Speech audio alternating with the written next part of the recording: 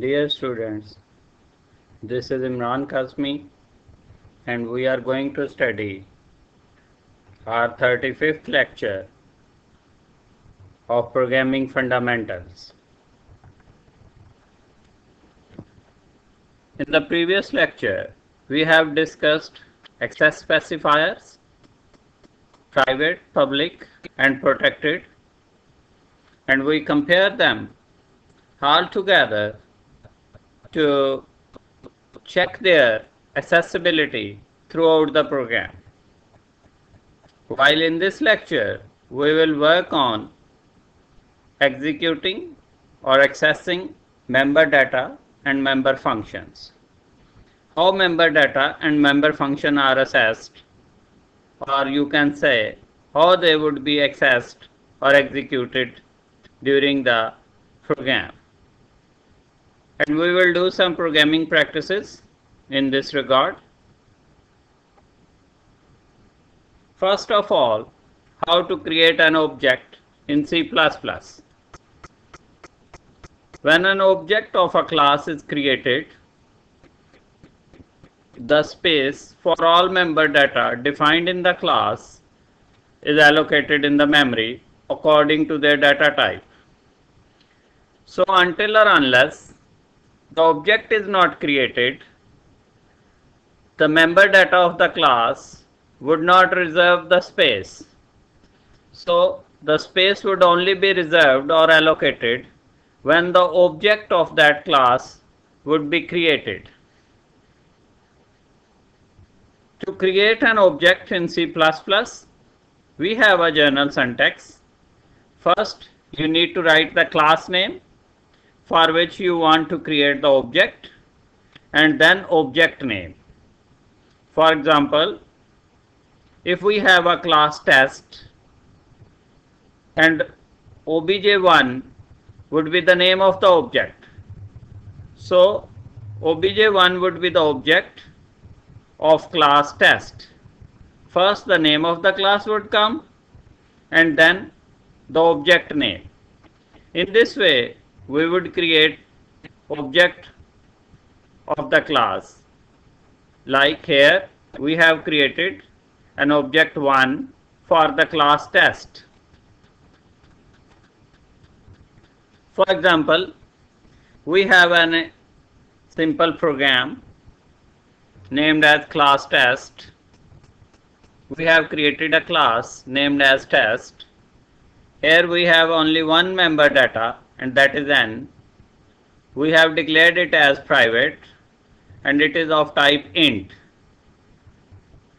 This integer variable in n would be declared as private. It means that this n would not be accessed outside the class. Only within the class this n can be accessed. Or you can say the scope of n would be limited or restricted within this class test because we have declared it as private.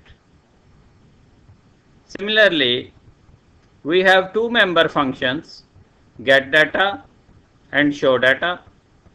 We have declared these two member functions as public. So when they are declared as public, it means that these member functions can be accessed outside the class. So according to the access specifiers, n is limited and n cannot be accessed outside the class because it is declared as private, and getData can be accessed and showData can be accessed outside the class because it is public. So depending upon their access specifiers, their access would be evaluated or executed. So in the first member function getData, we will simply enter the value of n, and in the second member function showData, we will display the value of n. So n is private and can be used only within this class, while these member function can be called outside the class because of their access specifier, and that is public.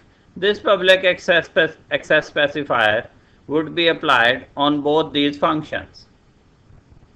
So this is the end of the class. So this class test would have only one member data and two member functions. Here in the main, this is the class name test, and this is its object obj1. We have declared one object obj1 for this class test. Any of the member function or member data of the class cannot be accessed without its object. Whenever you need to access the member functions of the class or member data of the class, you can do this with reference to its object. आप class के member data को या member functions को class के object के बगैर access नहीं कर सकते। तो जब भी आपने क्लास का मेंबर डाटा या मेंबर फंक्शन एक्सेस करना है आउटसाइड द क्लास, तो उसे with reference to the object access करना है। तो यहाँ पे चूंकि प्राइवेट हमने डिक्लेयर किया एन, तो एन तो आउटसाइड द क्लास एक्सेस नहीं हो सकता, लेकिन गेट डाटा और शो डाटा आपने पब्लिक डिक्लेयर की हैं। तो चूंकि पब्लिक डिक्लेयर की हैं, इसका मतलब ये है कि गेट डाटा और शो डाटा जो है ये आउटसाइड द क्लास एक्सेस हो सकता है, लेकिन शर्त ये है कि ये सिंपली एक्सेस नहीं होगा, इसे आपको क्लास के ऑब्जेक्ट के साथ एक्सेस करना होगा। तो जब भी आपने ये फंक्शन एक्सेस करना है तो आप उसके लिए इसका रेफरेंस देंगे। जैसे यहाँ पे obj1 डॉट गेट डाटा, तो गेट डाटा का फंक्शन कॉल होगा, लेकिन उसके लिए आपने ऑब्जेक्ट का बताना है कि आप उसे ऑब्जेक्ट 1 के लिए जो है वो कॉल कर रहे हैं। तो obj1 के लिए आपने गेट डाटा कॉल किया, और अगर आप सिंपली इसे गेट डाटा से कॉल करेंगे तो ये कॉल नहीं होगा, क्योंकि ये गेट डाटा इस क्लास का मेंबर फंक्शन है, और क्लास का मेंबर फंक्शन विदाउट ऑब्जेक्ट कभी भी एक्सेस नहीं होगा। तो अगर आपने क्लास का मेंबर फंक्शन एक्सेस करना है तो उसके लिए आपको उसका ऑब्जेक्ट जो है उसका रेफरेंस देना ज़रूरी है। तो यहाँ पे इसका आप मेंबर फंक्शन क्लास का कॉल कर रहे हैं गेट डाटा, तो उसके लिए आप object 1 obj1 dot gate data, तो ये वाला फंक्शन कॉल होगा, और उसके बाद शो डाटा को कॉल करना है तो similarly obj1 dot show data करेंगे तो ये वाला फंक्शन कॉल होगा।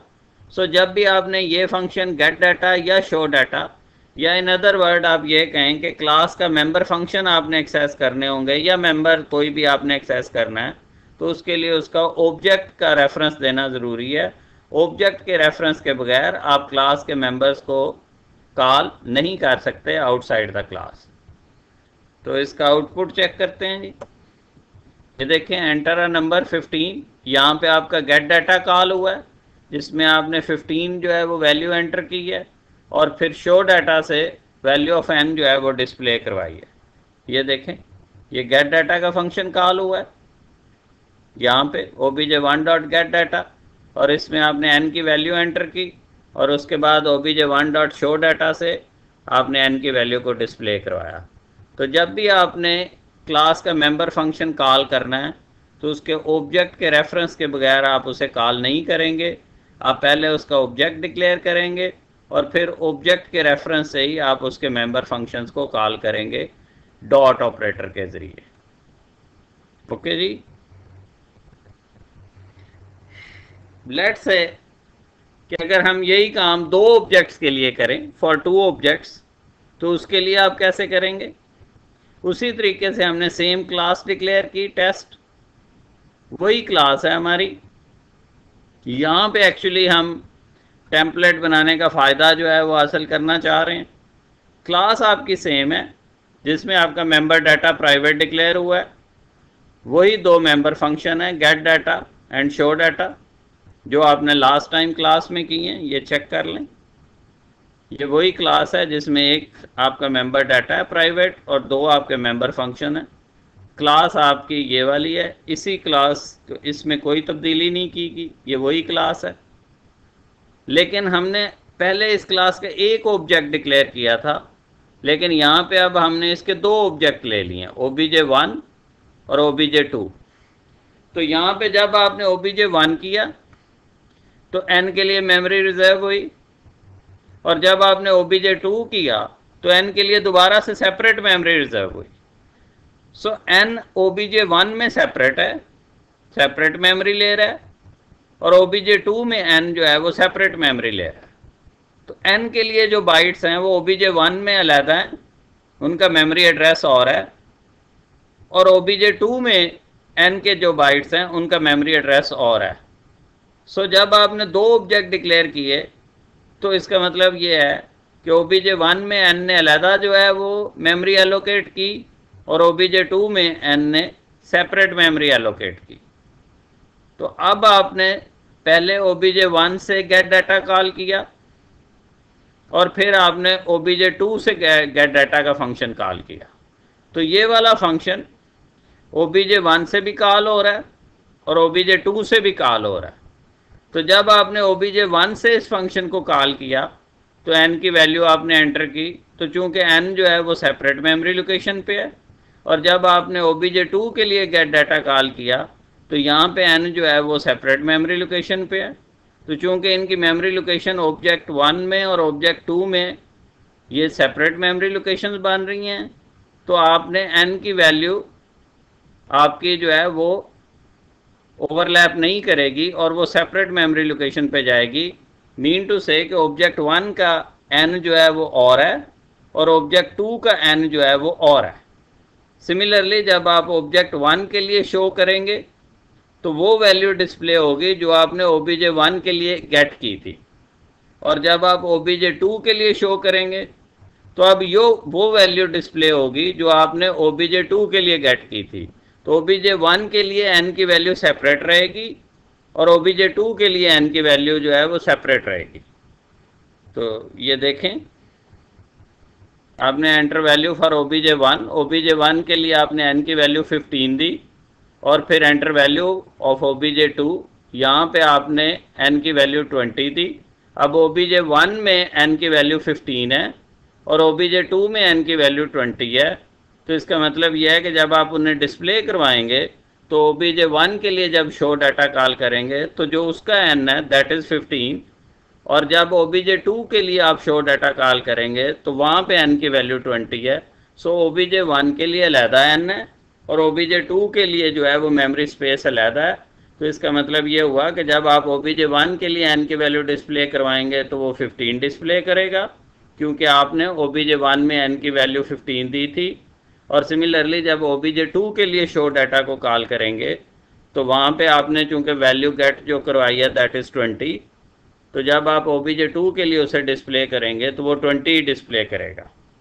तो ये देखें, obj1 के लिए आपने जब कॉल किया तो n की वैल्यू एंटर की, और फिर दोबारा obj2 के लिए आपने गेट डाटा कॉल किया तो फिर आपने n की वैल्यू एंटर की। तो obj1 के लिए आपने 15 जो है वो n की वैल्यू दी, और obj2 के लिए आपने n की वैल्यू 20 दी।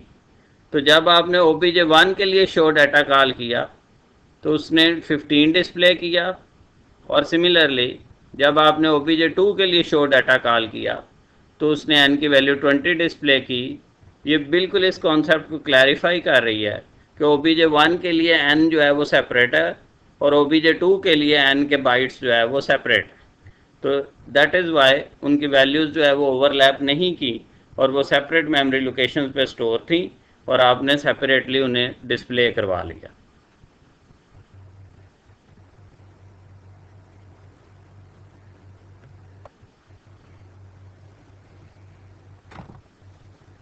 ये देखें, ये obj1 के लिए n की वैल्यू 15, और जब डिस्प्ले करवाई तो तब भी 15 डिस्प्ले हुई, और obj2 के लिए जब आपने डिस्प्ले करवाई तो again it is displayed as 20, क्योंकि obj2 के लिए आपने n की वैल्यू 20 दी थी।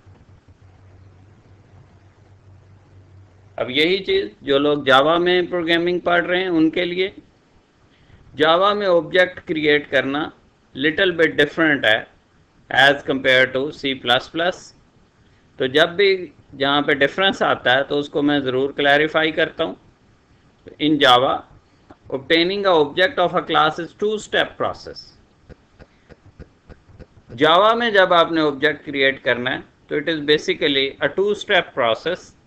In the first step, declare a variable of the class type। This variable would not define the object। So whenever you will declare a variable of class type, it would not create or define the object, rather it would simply refer to an object। And at the second step, actually this creation would happen. How? The second step, get the physical copy of the object and assign to the variable using new operator। New operator would be used to create the physical object। This new operator allocate memory of an object and return a reference to it। So ये जो new variable है, new operator है, ये आपका memory allocate करेगा object की और उसका जो रेफरेंस है वो रिटर्न करेगा। वो रेफरेंस किसको मिलेगा? वो रेफरेंस आपके इस वेरिएबल को मिलेगा जो आपने क्लास टाइप का डिक्लेयर किया है। सो फर्स्ट स्टेप पे आप वेरिएबल डिक्लेयर करेंगे और सेकंड स्टेप पे न्यू ऑपरेटर आप यूज़ करेंगे ऑब्जेक्ट को क्रिएट करने के लिए या मेमोरी एलोकेट करने के लिए, और फिर ये न्यू ऑपरेटर मेमोरी का रेफरेंस जो है वो रिटर्न करेगा to the variable you have declared in the first step. इसको चेक करते हैं जी। एग्जैक्टली ये देखें। So this is a two-step process। We have actually two methods to create an object in Java। So in the first step, we have declared a variable myBox of class type box। तो यहाँ पे myBox हमने एक variable declare किया है किस class के लिए? बॉक्स के लिए। और then over here in the second step, this new operator would be used to create or to allocate memory for this object, and it would return the reference of the memory that is reserved for this object, and this reference would be then assigned to this variable। So at first step declare the variable, and at the second step new operator would be used to return the memory address to this variable myBox। So it's a two-step process in Java, but you can do these two steps with a single statement।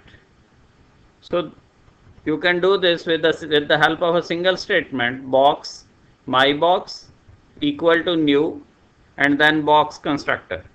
So over here this new would create the object and return the reference of that memory location to this variable myBox, and this work similarly in the first method।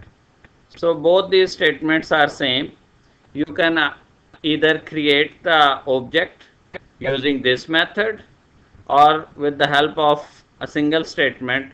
Both these statements work similarly। So either by this method or this method you can create the object in Java। I have done the same program which we have done using C++। We have a class test and we have declared a variable n member data as private and member functions get data and show data as public। Get data we have assigned the value of n as 20, and in show data we have displayed the value of n। So in the main function we have created the object obj1 of this class test and obj1 dot get data। So it is already clarified कि जब भी आपको class का member function या member data call करना होगा तो उसके ऑब्जेक्ट के रेफरेंस के बगैर आप उसे कॉल नहीं करेंगे। तो यहाँ पे हमने obj1 एक ऑब्जेक्ट डिक्लेयर किया, तो इस ऑब्जेक्ट से हम गेट डाटा कॉल करेंगे, ये वाला फंक्शन कॉल होगा, और फिर इसी ऑब्जेक्ट 1 से हम शो डाटा का फंक्शन कॉल करेंगे, जो ये वाला फंक्शन आपका जो है वो कॉल करेगा। तो यहाँ पे n प्राइवेट है, इसका मतलब यह है कि ये n जो है आउटसाइड द क्लास एक्सेस नहीं हो सकता, लेकिन ये जो मेंबर फंक्शन दो हैं ये आपके पब्लिक हैं। इसका मतलब यह है कि आप इनको आउटसाइड द क्लास एक्सेस कर सकते हैं। लेकिन याद रखें कि मेंबर फंक्शंस को या मेंबर डाटा को जब भी आपने एक्सेस करना हो आउटसाइड द क्लास, तो उसके लिए उसके ऑब्जेक्ट का रेफरेंस देना ज़रूरी है, और ऑब्जेक्ट के साथ आप डॉट ऑपरेटर का इस्तेमाल करेंगे मेंबर फंक्शन को या मेंबर डाटा को एक्सेस करने के लिए। तो यहाँ पे C++ में यहाँ पे सेमीकोलन आएगा, लेकिन जावा में आप सेमीकोलन नहीं यूज़ करेंगे। लेकिन याद रखें कि इसके मेंबर फंक्शंस को जब भी आप कॉल करेंगे तो उसका ऑब्जेक्ट जो है उसका रेफरेंस देना ज़रूरी है। तो चूँकि गेट डाटा और शो डाटा क्लास के मेंबर फंक्शन है, इसलिए इस क्लास का ऑब्जेक्ट का रेफरेंस आप देंगे, तब ये आप कॉल कर सकेंगे। फिर is the output the value of n is equal to 20। क्योंकि आपने पहले गेट डाटा कॉल किया है तो उसमें आपने n की वैल्यू 20 दी है, और फिर शो डाटा कॉल किया है तो वहाँ पे n की वैल्यू आपकी डिस्प्ले हुई है। तो ये आपका इस प्रोग्राम का आउटपुट है। तो इस तरीके से आप ऑब्जेक्ट पहले क्रिएट करेंगे, और जब ऑब्जेक्ट क्रिएट हो जाएगा तो फिर उस ऑब्जेक्ट के रेफरेंस से आप उसके मेंबर फंक्शंस को कॉल कर सकते हैं if they are declared as public. लेकिन अगर ये प्राइवेट होते तो फिर आप इसे जो है वो कॉल ना कर सकते, एज आपका मेंबर डाटा यहाँ पे n प्राइवेट है, तो प्राइवेट डाटा को आप आउटसाइड द क्लास एक्सेस नहीं कर सकते, पब्लिक को आप जो है वो आउटसाइड द क्लास एक्सेस कर सकते हैं। सिमिलरली अगर आप यही काम जो है वो दो ऑब्जेक्ट्स के लिए करें, तो यहाँ पे जो है वो क्लास आपकी मैंने सेम रखी है टेस्ट, और इसमें गेट डाटा में हम दो वैल्यूज़ जो है वो इनपुट करना चाह रहे हैं, n की वैल्यू इनपुट करना चाह रहे हैं। इस वजह से हमें जो है वो बफर रीडर स्ट्रीम जो है वो इंक्लूड करनी पड़ेगी, जिससे हम जो है वो, आप लोगों को पता है कि पहले हम बफर रीडर स्ट्रीम के ज़रिए एक स्ट्रिंग इनपुट लेते हैं, और फिर उस स्ट्रिंग को जो है वो हम इंटीजर डॉट पारसेंट लगा के उसे रेलिवेंट इंटीजर वेरिएबल में कन्वर्ट करते हैं। तो यहाँ पे गेट डाटा के फंक्शन में थोड़ी सी तब्दीली है। यहाँ पे आपने पहले बफर रीडर की मदद से जो है वो एक स्ट्रिंग इनपुट किया, और फिर बाद में इंटीजर डॉट पारसेंट से उस स्ट्रिंग को न्यूमेरिक वैल्यू में आपने कन्वर्ट किया इंटीजर वैल्यू में। तो यहाँ पे n की वैल्यू जो है वो यूज़र कीबोर्ड से लेगा, और उसके बाद शो डाटा से n की वैल्यू डिस्प्ले होगी। तो यहाँ पे आप चेक करें कि हमने इस टेस्ट क्लास का, ये जो टेस्ट क्लास है, इसके दो ऑब्जेक्ट क्रिएट किए हैं, एक obj1 और दूसरा obj2। obj1 के लिए n की वैल्यू जो है यह n सेपरेट है, और obj2 के लिए n जो है इट वुड बी सेपरेट। तो इसको आप वेरीफाई कर सकते हैं। obj1 dot gate data, obj1 के लिए आप ये फंक्शन कॉल करेंगे, मेथड कॉल करेंगे। तो जब obj1 के लिए ये मेथड कॉल होगा तो n की वैल्यू इनपुट होगी, और फिर आप obj2 के लिए जो है वो यही मेथड कॉल करेंगे, तो अगेन n की वैल्यू डिस्प्ले होगी। अब obj1 के लिए n जो है वो सेपरेट मेमोरी लोकेशन पे है, और obj2 के लिए जो n है वो सेपरेट मेमोरी लोकेशन पे है। तो जब आप obj1 के लिए जो है वो शो डाटा करेंगे, तो जो वैल्यू आपने obj1 में n की दी है वो अलहदा डिस्प्ले होगी, और obj2 के लिए शो डाटा कॉल करेंगे तो उस वक़्त ये मेथड जो है वो n की जो सेकंड वैल्यू है जो आपने obj2 में दी है वो डिस्प्ले होगी। तो ये इस कॉन्सेप्ट को बिल्कुल क्लैरिफाई कर रहे हैं कि ऑब्जेक्ट 1 में सेपरेट मेमोरी लोकेशन आपकी रिजर्व हो रही है, और ऑब्जेक्ट 2 के लिए n की सेपरेट मेमोरी लोकेशन जो है वो है।